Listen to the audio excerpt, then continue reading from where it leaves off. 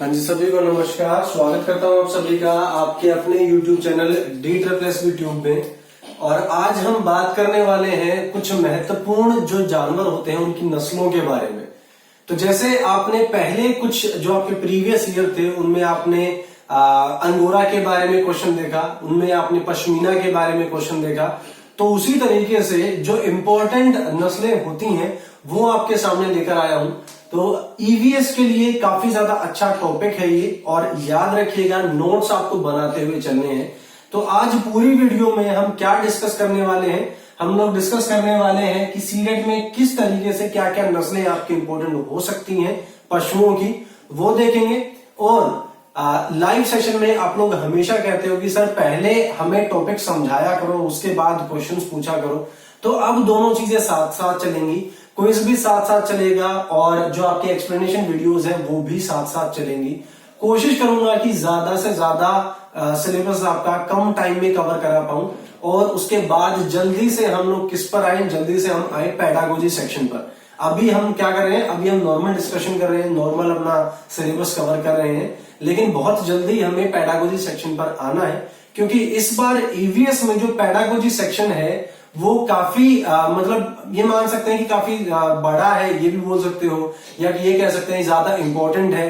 क्यों? क्योंकि ज्यादा क्वेश्चन जो है वो उसी पर आने हैं। तो इतना मान सकते हैं कि हमने 40% जो सिलेबस है वो हम ऐसे कवर कर लेंगे, और बाकी का जो 60% बचा है वो पेडागोजी में जो हमारा कवर हो जाएगा। तो जितना जल्दी हम इसे कवर करेंगे उतना जल्दी हम पेडागोजी तक पहुंचेंगे। तो शुरू करते हैं अपने आज के टॉपिक को, जो क्या है महत्वपूर्ण नस्लें किसकी, पशुओं की। तो शुरुआत करेंगे भैंस से। बफेलो मतलब भैंस की जो मुख्य प्रजातियां होती हैं, जो मुख्य नस्लें हैं जिसके बारे में आपको पता होना चाहिए वो यही है। पहली हमारी है मूरा। मूरा जो नस्ल है उसे काफी अच्छा माना जाता है। क्यों माना जाता है? क्योंकि सबसे पहली बात तो ये कि ये दूध उत्पादन काफी अच्छा करती है। दूसरी बात ये कि ये एडेप्टेशन क्वालिटी इसमें काफी ज्यादा अच्छी होती है। एडेप्टेशन का मतलब होता है कि हर एक जानवर अपने ही एक जो जलवायु बोल लो या अपना क्षेत्र बोल लो वहां अच्छे तरीके से रह पाता है। अगर उसको कहीं और लेकर जाओगे या मौसम बदलेगा या कुछ भी आप मान सकते हो, बीमारियों से प्रतिरोधक क्षमता आप बोल सकते हो, तो वो जो है इस मूरा नस्ल में काफी ज्यादा है। जैसे एक इंसान को हेल्दी आप कब बोल सकते हो? पहली बात जब वो पूरी तरीके से अपना फिजिकल वर्क है वो कर सके, दूसरी बात जब वो अच्छा मेंटल वर्क कर सके, तीसरी बात जब वो बीमार ना पड़े। तो कुल मिलाकर इन तीनों चीजों से आप किसी व्यक्ति को अच्छा मानते हो। उसी तरीके से मूरा नस्ल जो है अच्छा दूध देती है, पहली बात। दूसरी बात कि बीमारियों से रेजिस्टेंस पावर है इसकी, मतलब बीमार आसानी से नहीं पड़ती। और तीसरी बात एडेप्टेशन क्वालिटी है इसके अंदर, मतलब ये आसानी से अपने आसपास की जलवायु में खुद को ढाल लेती है। तो कुल मिलाकर जो मूरा नस्ल है उसे काफी अच्छा माना जाता है। होती कैसी है ये? दिखने में सुडौल होती है, मतलब ठीक से सुगठित होती है। दूसरी बात इसका सिर का आकार जो है वो थोड़ा सा छोटा होता है, ठीक है। तो कुल मिलाकर इस तरीके से आप मान सकते हो। बाकी भैंस है तो रंग तो इसका काला ही मिलना है। तो ये इसके फीचर्स हो गए। और कुल मिलाकर ये 1800 से 2000 लीटर दूध देती है एक साल में। एक साल का मतलब होता है उसके अपने दुग्ध काल में। जैसे एक साल में 365 दिन होते हैं, तो हो सकता है कि इसका जो दुग्ध काल है, जो इसका दूध उत्पादन का जो पूरा एक टेन्योर रहता है, हो सकता है कि वो 300 दिन का हो सकता है 325 दिन का हो सकता है 270 दिन का हो। तो इस टाइप से ये जो बाकी के दिन बचे जिनमें ये दूध नहीं देती है, उसे छोड़कर बाकी का जो समय बचा उसमें 1800 से 2800 लीटर तक ये दूध उत्पादन करती है। तो ये एक हमारा टॉपिक हो गया। दूसरा हुआ भदावरी। भदावरी जो आपकी ये है नस्ल है वो कुल मिलाकर एक वर्ष में अपने दुग्ध काल में 1200 लीटर तक दूध देती है।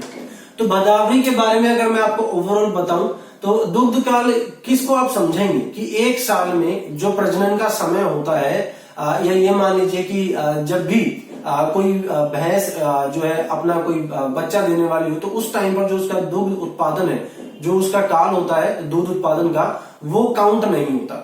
तो बाकी जो समय बचा उसमें उसका दूध उत्पादन होता है। तो एक साल में जो है ये 1200 लीटर तक दूध उत्पादित करती है।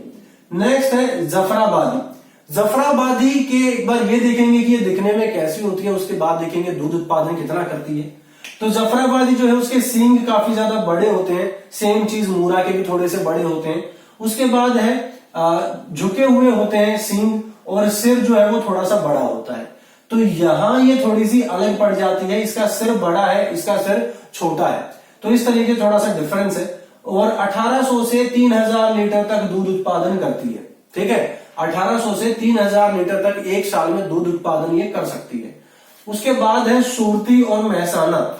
ये सिर्फ मैंने आपको बता दिया कि ये क्या है, भैंस की नस्लें हैं। बाकी इनके बारे में आपको ज्यादा जानने की जरूरत है नहीं। जिसके बारे में जानने की जरूरत थी वो 3 मैंने आपको बता दी हैं। ये मैंने किस लिए बताई कि क्वेश्चन ऐसे भी आ सकता है कि भदावरी, जफराबादी, सुरती और थरपाकर, इन चारों में से कौन सी भैंस की एक नस्ल नहीं है, ये भी क्वेश्चन आ सकता है। तो आपको याद रखना है कि कौन सी नस्लें भैंस की होती हैं और बाकियों की कौन कौन सी नस्लें रहेंगी, वो अभी मैं आपको बताने वाला हूं। तो ये आपका भैंस का जो पोर्शन था वो हो गया कवर। ठीक है, आगे बढ़ जाते हैं। नेक्स्ट क्वेश्चन, नेक्स्ट जो टॉपिक है हमारा वो हम देखेंगे गाय के बारे में। गाय जो होती है उसकी भी कुछ एक नस्लें होती हैं। कौन कौन सी हैं? देवनी। देवनी जो नस्ल होती है वो आपको कहां मिलेगी? देवनी आपको मिलेगी हैदराबाद में और उसी के सीमावर्ती क्षेत्रों में। हैदराबाद और उसके आसपास के जो सीमावर्ती क्षेत्र होते हैं उनमें आपको मिलेगी देवनी। आगे बढ़ते हैं, नेक्स्ट है कंकरेज। कंकरेज जो होती है वो आपको कहां मिलेगी? वेस्ट बंगाल, मतलब पश्चिमी एरिया में और कच्छ की खाड़ी में आपको मिलेगी। तो कच्छ की खाड़ी का जो एरिया होता है वहां भी आपको मिलेगी। और कंकरेज की आपको अगर मैं बात बताऊं तो शरीर थोड़ा सा भारी होता है इसका, और बाकी ठीक है, सफेद रंग होता है। तो कुल मिलाकर यही इसके बारे में है। नेक्स्ट है मेवाती। मेवाती जो है वो यूपी और राजस्थान में आपको देखने को मिलेगी। रंग इसका सफेद होता है और थोड़ा सा ब्राउनिश होता है, मतलब जो इसके कंधे होते हैं, जो इसकी गर्दन होती है वो थोड़ी सी आपको हल्की सी ब्राउनिश दिखाई दे सकती है। बाकी ओवरऑल ये सफेद रंग की होती है। तो मेवाती जो है ये नस्ल है, याद रखिएगा। आगे बढ़ते हैं। नेक्स्ट और इंपॉर्टेंट है थरपाकर। थरपाकर आपकी जो प्रजाति है गाय की वो पाकिस्तान के सिंध क्षेत्र में आपको देखने को मिलेगी और हिंदुस्तान के राजस्थान और गुजरात एरिया में आपको देखने को मिलेगी। काफी अच्छी इसकी जो है दूध उत्पादन की क्षमता होती है। करीब करीब मान लीजिए कि 1400 से लेकर 4700 लीटर तक ये दूध उत्पादित कर सकती है एक अपने दुग्ध काल में। मतलब एक साल में ये इतना दूध उत्पादन कर सकती है। थरपाकर जो प्रजाति है इसके जो बैल होते हैं वो भी काफी अच्छे होते हैं और बोझ ढोने के काफी ज्यादा काम में आते हैं। तो याद रखिएगा, थरपाकर एक ऐसी प्रजाति है जिसकी गाय खुद भी काफी ज्यादा दुधारू होती है और उसके बैल भी काफी ज्यादा स्ट्रॉन्ग माने जाते हैं। आगे बढ़ते हैं। नेक्स्ट है गिर।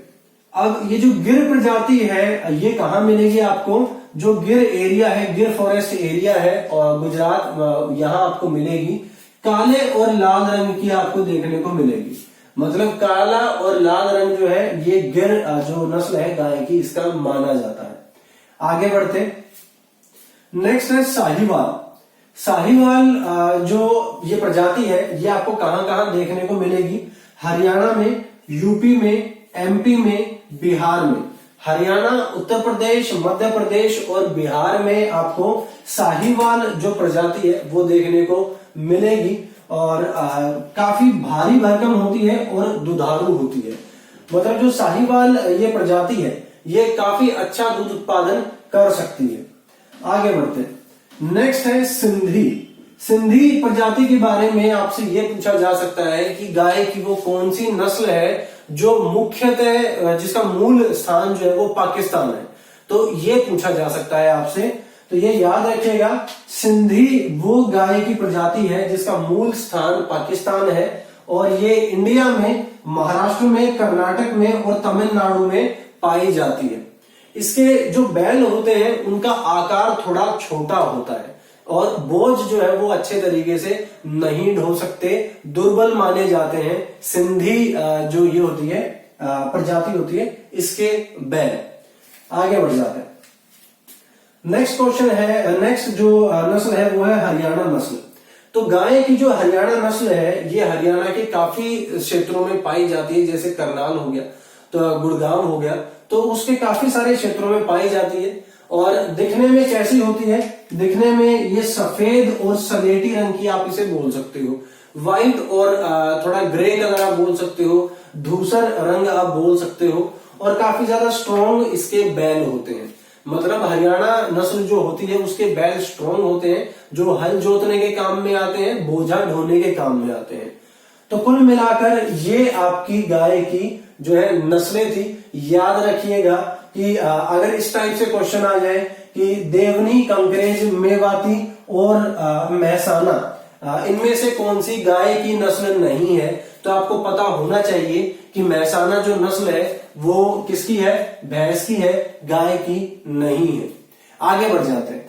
नेक्स्ट हमारा जो टॉपिक है जो रहेगा किस पशु पर, वो रहेगा बकरी पर। तो बस कुछ और टॉपिक बच रहे हैं और बस कंप्लीट होने वाला है आपका ये पूरा कंटेंट। तो अगर आपको कुछ काम का लगता है, आपको ऐसा लगता है कि जो लिस्ट है ये आपके काम आएगी, सीटेट के पॉइंट ऑफ व्यू से अच्छी है, तो आपको क्या करना है, आपको लाइक करना है, शेयर करना है, और अगर आप नए व्यूअर हैं तो सब्सक्राइब करना है।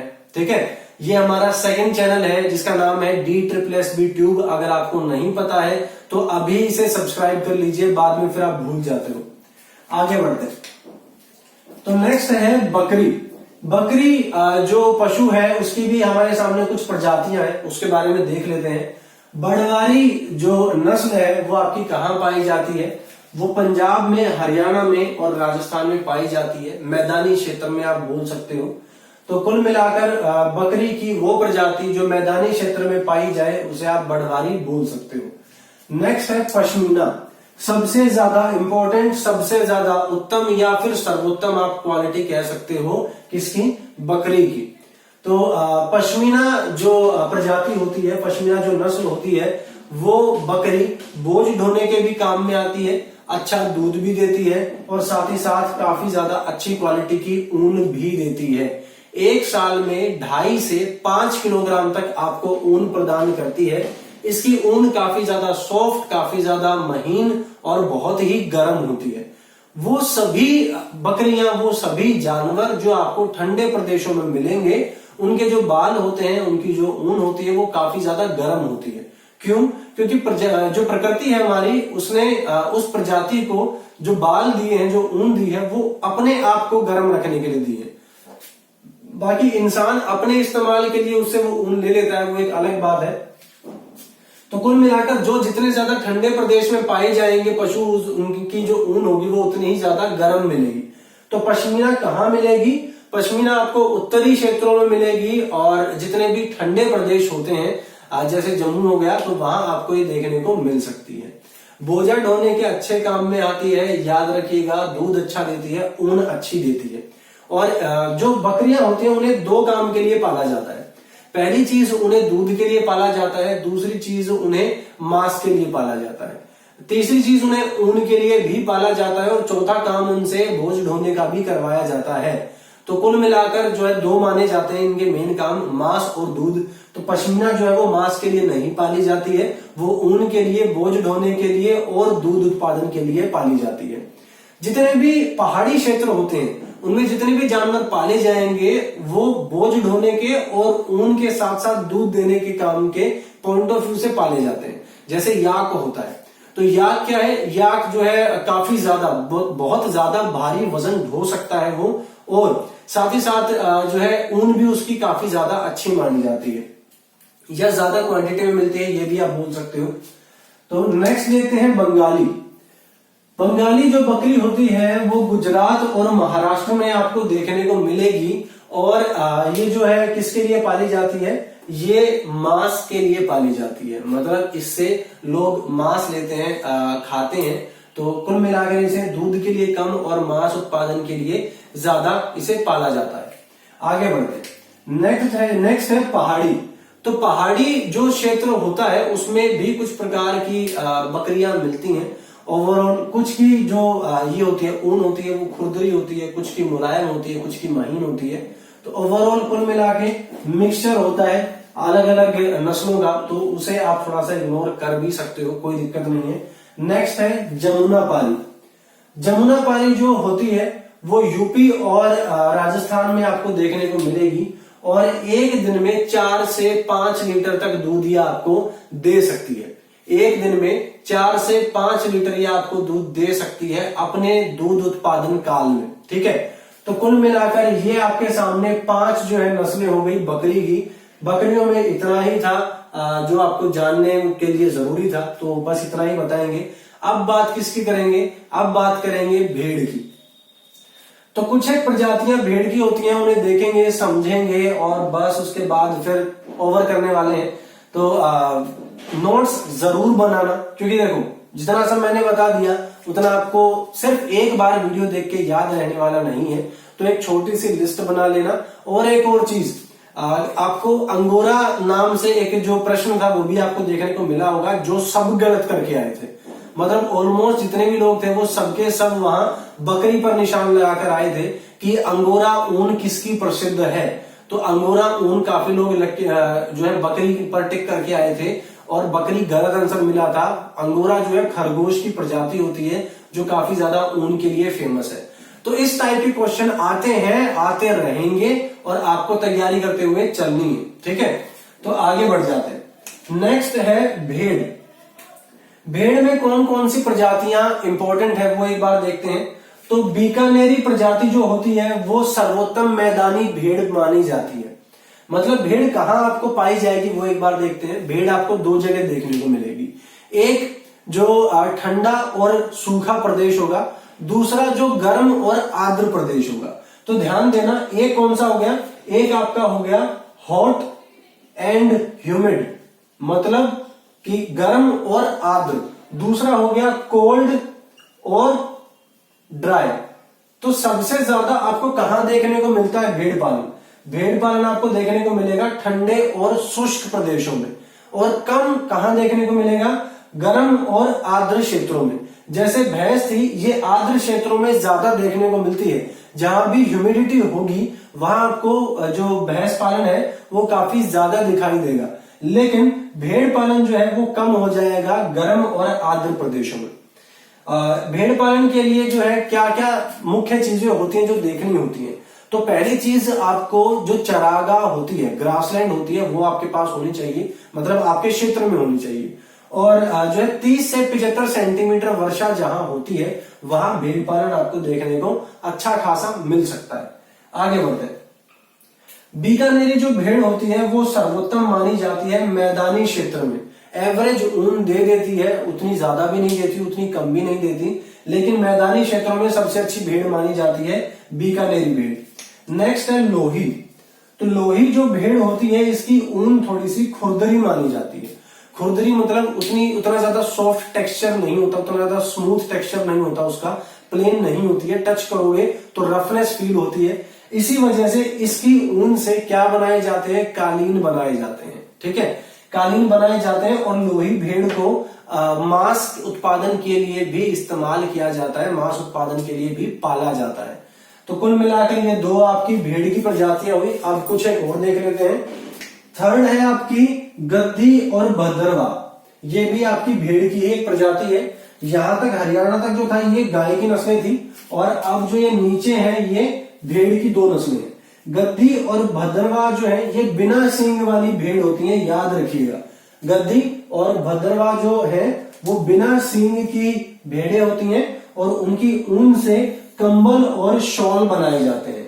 इस टाइप से क्वेश्चन आ सकता है कि वो नस्ल कौन सी है भेड़ की जिसकी सींग नहीं होते, उसकी ऊन से कंबल और शॉल बनाए जाते हैं। एक आधी आपको इन्फॉर्मेशन और बता देंगे और पूछ लेंगे। तो ये कौन सी होती है? गद्दी और भद्रवा किस्म होती है किसकी? भेड़ों की। नेक्स्ट है सिक्किम। सिक्किम जो ये होती है नस्ल होती है वो किसके लिए होती है? मांस के लिए होती है। काफी ज्यादा जो है इसे मांस उत्पादन के लिए पाला जाता है। सिक्किम के क्षेत्र में आप मान सकते हो, ठीक है, या फिर पूर्वी हिमालय क्षेत्र में आप मान सकते हो।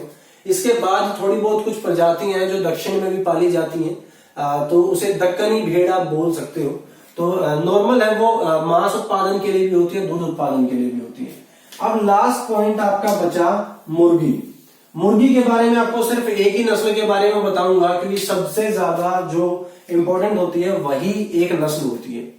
तो इंपॉर्टेंट ये है मुर्गी के लिए कि मुर्गी को दो चीजों के लिए पाला जाता है, एक होता है मांस के लिए, एक होता है आपका अंडे के लिए। लेकिन हमारी जितनी भी देसी नस्लें हैं उनमें कोई भी मुर्गी की नस्ल ऐसी नहीं है जो ज्यादा अंडे देती हो। मैक्सिमम मान लो 90 एग्स के आसपास देती है, और बाकी जो विदेश की जो नस्लें होती हैं वो मान लो 150 से 180 अंडे तक दे सकती हैं।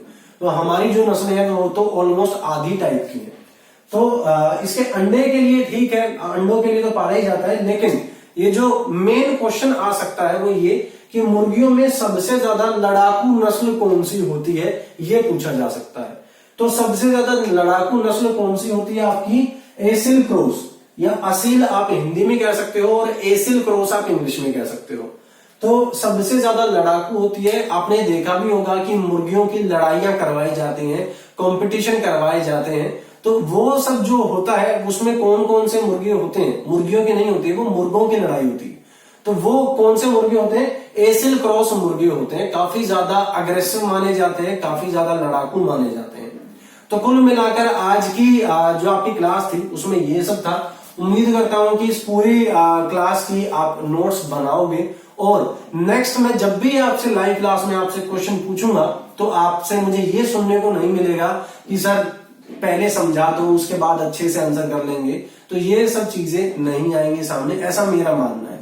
बाकी जब तक मैं नेक्स्ट लाइव लेता नहीं हूं, आपसे क्वेश्चन पूछूंगा नहीं, तब तक पता चलेगा नहीं कि आपने कितना सीखा है, कितना समझा है। तो मेरी तरफ से इतना ही। उम्मीद करता हूं आपको काम का कंटेंट लगा होगा। अगर लगा था तो लाइक करो अभी जाने से पहले, उसके बाद शेयर कर देना, और उसके बाद अपने फ्रेंड्स को, चैनल को रिकमेंड कर सकते हो, ताकि आपकी अपनी स्टडी का जो सर्कल है वो थोड़ा सा बढ़ पाए। और एक और जो मैंने नया आइडिया आपको बताया था कि बहुत जल्दी हम इस तरीके से पढ़ने वाले हैं कि आपको पता चलेगा कि हम आप लोगों के लिए कैसे तैयारी करते हैं, कैसे नोट्स बनाते हैं हर रोज। मतलब जैसे आज का दिन है, तो आज के दिन में मैं आपके लिए कौन सी बुक से नोट्स बनाने वाला हूं, वो बुक भी आपको दिखाई जाएगी। उसमें कौन से पेज से किस तरीके से नोट्स हम तैयार करते हैं वो भी आपको बताए जाएंगे। कुल मिलाकर ये है कि अभी तक जो हम वीडियोस के थ्रू आपको बताते हैं, तो ये क्या है, ये हमारा तरीका है आपको समझाने का। लेकिन अब जो नया तरीका हम लाने वाले हैं उसमें क्या होगा, उसमें टोटली आप पर डिपेंड करेगा कि हमें काम करते हुए देखकर हमसे कितने तरीके आप खुद ग्रैब कर सकते हो। तो कुल मिलाकर आपको नोट्स बनाते हुए भी दिखेंगे, जो बुक्स होती हैं, सोर्सेज होते हैं हमारे, वो भी आपको दिखेंगे। कैसे हम नेट पर कैसे क्या सर्च करते हैं, कैसे क्या रिसर्च करते हैं टॉपिक्स की आपकी तैयारी करवाने के लिए, वो भी आपको हम दिखाएंगे। कैसे बोर्ड का इस्तेमाल करते हैं, कंटेंट कैसे यहां लिखकर तैयार करते हैं, वो भी आपको दिखाएंगे। उसके बाद एक्सप्लेनेशन